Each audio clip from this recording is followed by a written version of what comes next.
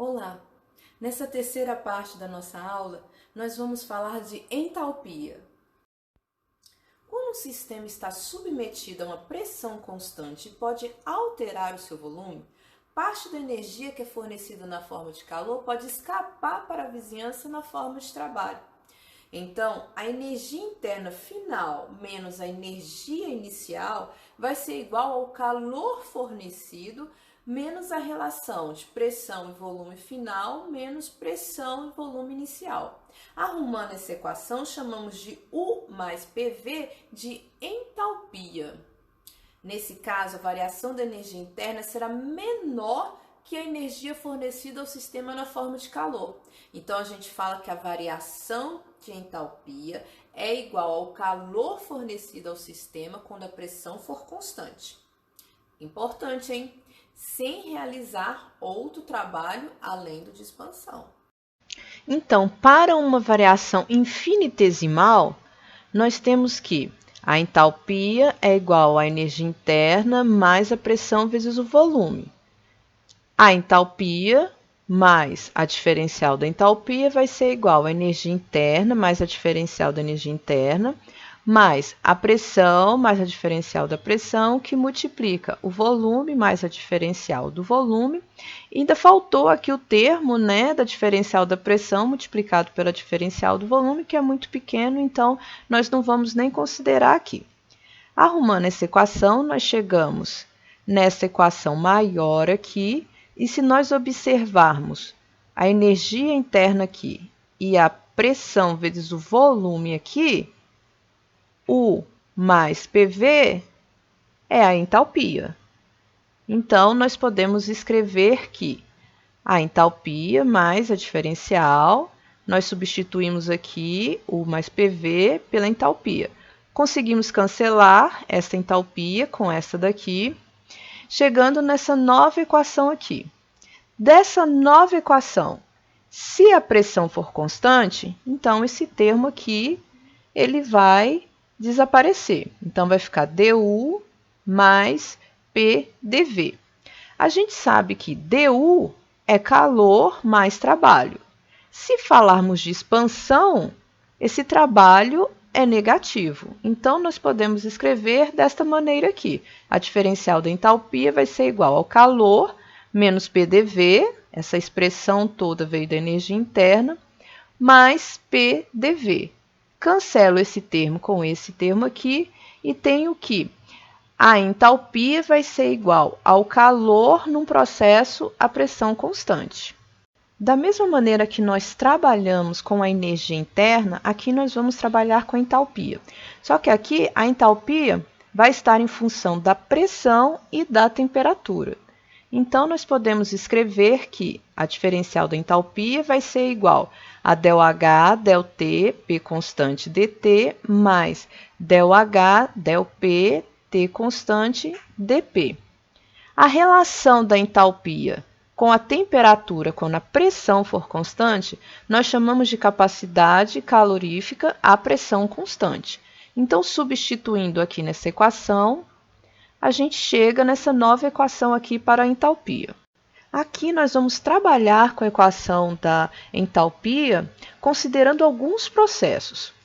Nesse primeiro desenvolvimento aqui, nós temos a equação da entalpia, e nós vamos iniciar dividindo essa equação pela diferencial da temperatura, mantendo o volume constante.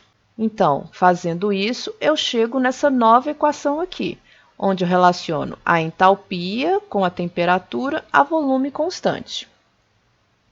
ΔP, ΔT, V constante, me lembra o quê? Coeficiente de expansão, coeficiente de compressão isotérmica. Então, pela regra da cadeia, ΔP, ΔTV, eu posso escrever dessa maneira aqui. No desenvolvimento 2, nós vamos pegar a equação da entalpia e vamos dividi-la pela diferencial da pressão, mantendo a entalpia constante. Fazendo isso, nós vamos chegar que a variação da entalpia com a pressão, quando a temperatura for constante, vai ser igual a menos ΔT, ΔP, H, que multiplica Cp. Então, esse termo aqui, ó, a relação da temperatura com a pressão quando a entalpia for constante, é chamado de coeficiente de Joule-Thomson. No desenvolvimento 3, nós vamos pegar as duas equações que nós conhecemos, a da energia interna e a da entalpia, e vamos substituí-la na equação da entalpia. Então, nós vamos chegar nessa equação grande aqui ao lado. Se considerarmos a temperatura constante, então esse termo aqui vai ser zero, esse termo aqui também vai ser zero. Então, nós vamos chegar numa relação que eu juntei os termos que multiplicam por dP e juntei os termos que multiplicam por dV. Então, chegamos nessa equação aqui. dP eu vou dividir em ambos os lados, considerando a temperatura constante. Então, eu vou chegar nessa equação, onde aqui eu coloquei ΔV, ΔP, a T constante. Para arrumar essa equação, eu coloquei aqui, passei o menos V para o outro lado, e chegamos nessa nova equação aqui. Como que essa equação funciona para um gás ideal? ΔU, ΔV a T constante, a gente já sabe que para um gás ideal é zero. Então, esse termo aqui é zero. Então, vai ficar P, que multiplica ΔV, ΔPT, mais V. Gás ideal, a equação é PV igual a nRT. Então, eu vou substituir aqui ΔV, ΔP, e vou também substituir o V. Então, eu vou chegar em P, que multiplica ΔV, ΔP a T constante para o gás ideal, vai ser igual a menos nRT dividido por P ao quadrado, mais o V para um gás ideal vai ser nRT dividido por P. Cancelamos os dois termos e temos que, para um gás ideal, a variação da entalpia com a pressão, quando a temperatura for constante, é igual a zero. No experimento de Joule-Thomson, havia um tubo com fronteira adiabática e um pistão que forçava um gás com uma pressão inicial a passar através de um pequeno orifício, sofrendo um estrangulamento e saindo do outro lado com uma pressão final menor que a pressão inicial. Eles observaram que o gás sempre saía do outro lado com temperatura inferior à inicial. Também verificaram que quanto mais elevada a diferença de pressão entre um lado e o outro, maior seria também o resfriamento, ou seja, maior seria a variação de temperatura. Então, a variação de pressão estaria diretamente proporcional à variação da temperatura. Para calcular o trabalho envolvido nessa mudança de estado, eles imaginaram um estado intermediário entre o inicial e o final, no qual todo o gás que passasse de um lado para o outro do estrangulamento estaria contido em um ponto, logo teria volume nulo. É como se a gente fosse espremendo o gás, espremendo até que ele desaparecesse. Aí depois a gente deixando ele expandir e aparecendo de novo. Dá para imaginar que isso é absurdo, né? Uma vez que a propriedade de impenetrabilidade da matéria o proíbe, o que aparentemente é verdade. No entanto, cabe lembrar que a entalpia é uma propriedade de estado e que a sua variação depende do estado final e inicial.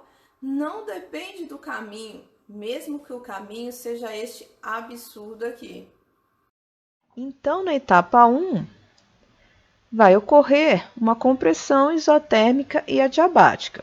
Então, eu vou representar o estado inicial do gás com as variáveis NI, PI, VI e TI.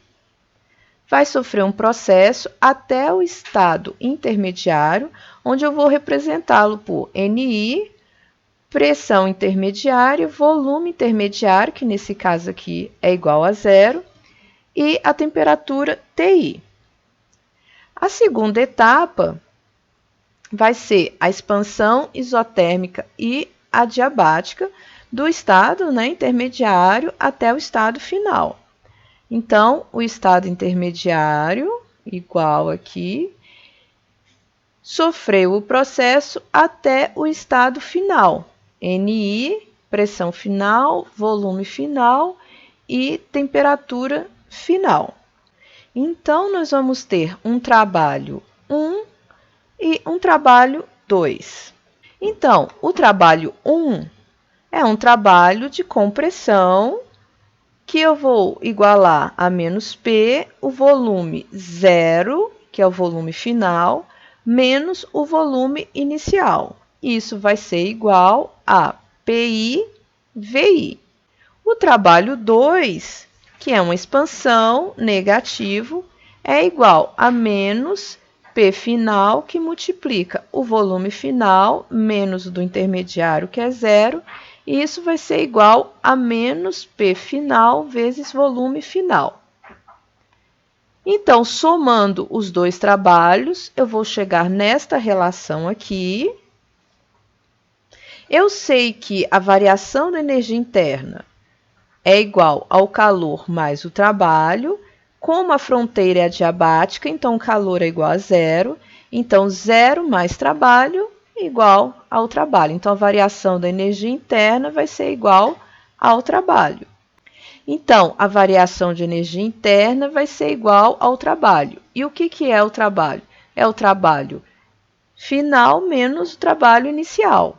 Energia interna final mais pressão vezes volume final vai ser igual a energia interna inicial mais pressão vezes volume inicial. Então, U mais PV, entalpia final. U mais PV, entalpia inicial. Então, nós temos que, no experimento de Joule e Thomson, um resfriamento em uma expansão isoentálpica. Então, a interpretação molecular para essa relação entre a variação da temperatura com a pressão, quando a entalpia for constante, nós vamos ver aqui através desse gráfico de temperatura por pressão. A redução de pressão sob condições adiabáticas vai mover o sistema ao longo dessas curvas aqui, ó, de entalpia constante. A curva de inversão de temperatura é essa aqui que eu estou mostrando para vocês. Para uma determinada pressão, a temperatura ela tem que estar abaixo dessa curva de inversão, se for necessário o resfriamento. Mas se essa temperatura abaixar muito, nós vamos cruzar mais uma vez essa zona e vai ocorrer o aquecimento. Se o coeficiente é maior do que 0, haverá o quê? Um resfriamento do gás durante a expansão. Então, a variação de temperatura vai ser menor que 0. Que forças que vão estar dominando aqui? As forças atrativas serão dominantes.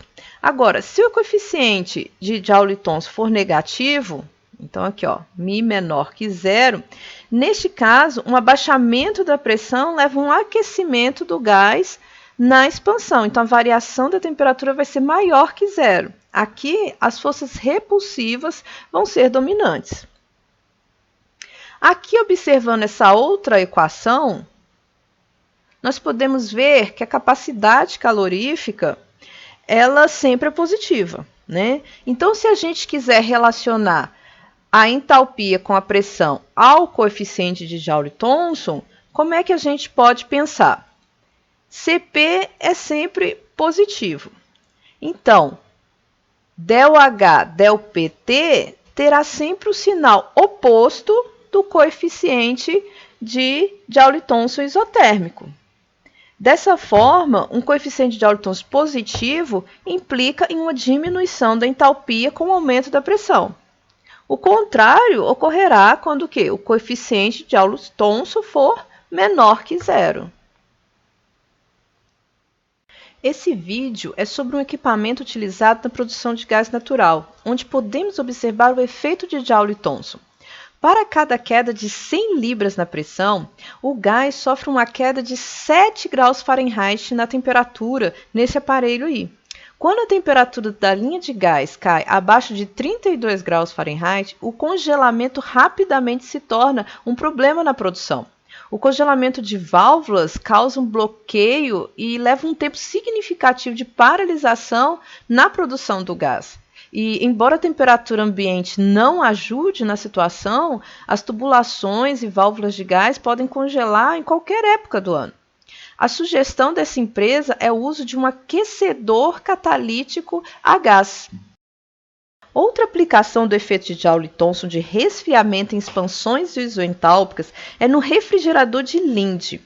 Neste vídeo é demonstrado o funcionamento de um refrigerador. Tem um dispositivo chamado dispositivo de estrangulamento, que é responsável por diminuir a pressão do vapor do fluido. No interior do tubo isolado termicamente, o fluido passa por um estrangulamento, sofrendo uma expansão de Joule-Thomson e se resfria. Para isso, na entrada do tubo, a pressão deve ser elevada.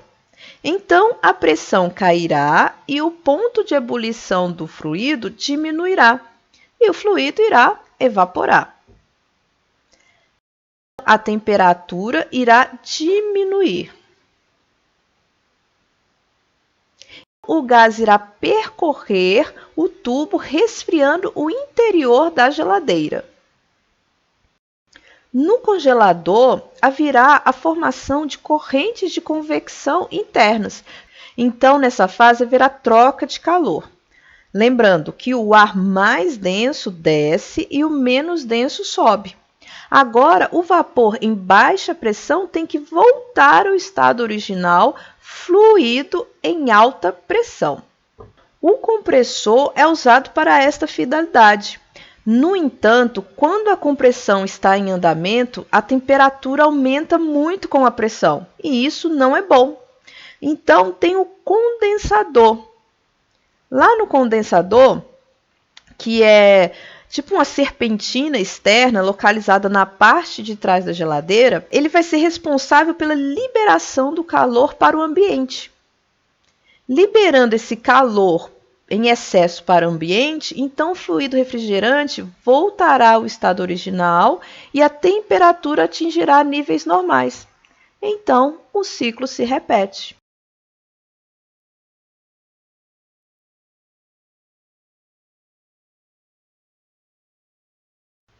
Aqui nós vamos ver um pouco da relação entre CP e CV. Sabemos que CV é a variação da energia interna com a temperatura quando o volume for constante. E CP é a variação da entalpia com a pressão quando a temperatura for constante. Então, se eu escrevo CP menos CV, eu vou escrever ΔH, ΔTP menos ΔU, ΔTV. Quem é H? H é U mais PV. Arrumando essa equação, eu chego nessa nova relação aqui. Eu sei que a variação da energia interna é ΔU, ΔVT, dV mais ΔU, ΔTV, dt. Se eu dividir pela diferencial da temperatura, mantendo a pressão constante, essa relação aqui, eu vou chegar nessa nova relação. Então, eu vou substituir ΔU, ΔTP aqui, ó, nessa equação aqui.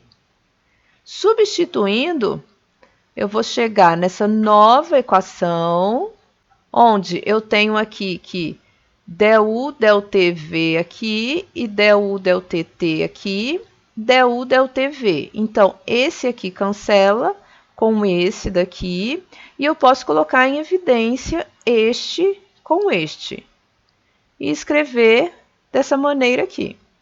Nós já vimos essa relação aqui, nós poderíamos parar aqui, ok? Que dá para entender bastante coisa, mas como nós já vimos essa relação aqui, eu vou já escrever aqui também, ó, CP menos CV é alfa V pt mais P alfa V. Ok. Eu vou colocar aqui o alfa em evidência e vou chegar nessa relação entre CP e CV. Aqui, alfa V pt vai representar o trabalho necessário para deslocar a atmosfera num trabalho de expansão. Agora, P-alfa-V é o trabalho necessário para separar as moléculas do sistema. Podemos continuar trabalhando mais um pouco em cima dessa equação aqui. A gente sabe que πT é igual a T del P del TV menos P. Então, posso substituir πT aqui para chegar nessa relação onde eu encontro del P del T a V constante. Mas quem é del P del T a V constante? É alfa dividido por kappa. Então, ó, eu consigo escrever também que Cp menos Cv é alfa ao quadrado, temperatura, volume, dividido pelo kappa. E a relação de Cp menos Cv para um gás ideal? Essa é a equação de Cp menos Cv. Sabemos que del U, del V, a T constante para um gás ideal é zero, então vai sobrar P, que multiplica a variação do volume com a temperatura, pressão constante. Sabemos que a equação do gás ideal, PV, igual a nRT. Então, vamos substituir aqui nessa derivada parcial. Então, del V, del T, a P constante, vai ser igual a nR dividido por P. Se substituirmos nessa equação, Cp menos Cv vai ser igual a nR. Nós já vimos que a energia média de translação de um gás ideal monoatômico é 3/2 nRT. E sabemos que Cv é a variação da energia com a temperatura. Então, se eu derivar parcialmente essa equação aqui, eu chego numa expressão para Cv. Então, para um gás monoatômico ideal, Cv vai ser igual a 3/2 de nR. Se Cv é igual a 3/2 de nR, então Cp, se eu substituir nessa equação, vai ser igual a 5/2 de nR. Mas por que Cp é maior que Cv? Então, nós temos aqui um processo a pressão constante, representando Cp, e aqui nós temos um processo a volume constante, representando Cv. Então, aqui nós temos uma expansão ocorrendo de V1 até V2, com a variação da temperatura e a pressão constante. E desse outro lado, nós não temos um processo de expansão, porque o volume é constante, mas o sistema está recebendo calor e a sua temperatura está variando. Então, na transformação a volume constante, a energia fornecida ao gás é usada apenas o quê? Para aumentar a temperatura. Enquanto que na transformação a pressão constante, além de aumentar a temperatura, a energia é utilizada também para realizar um trabalho, no caso aqui, trabalho de expansão. A dependência da capacidade calorífica com a temperatura.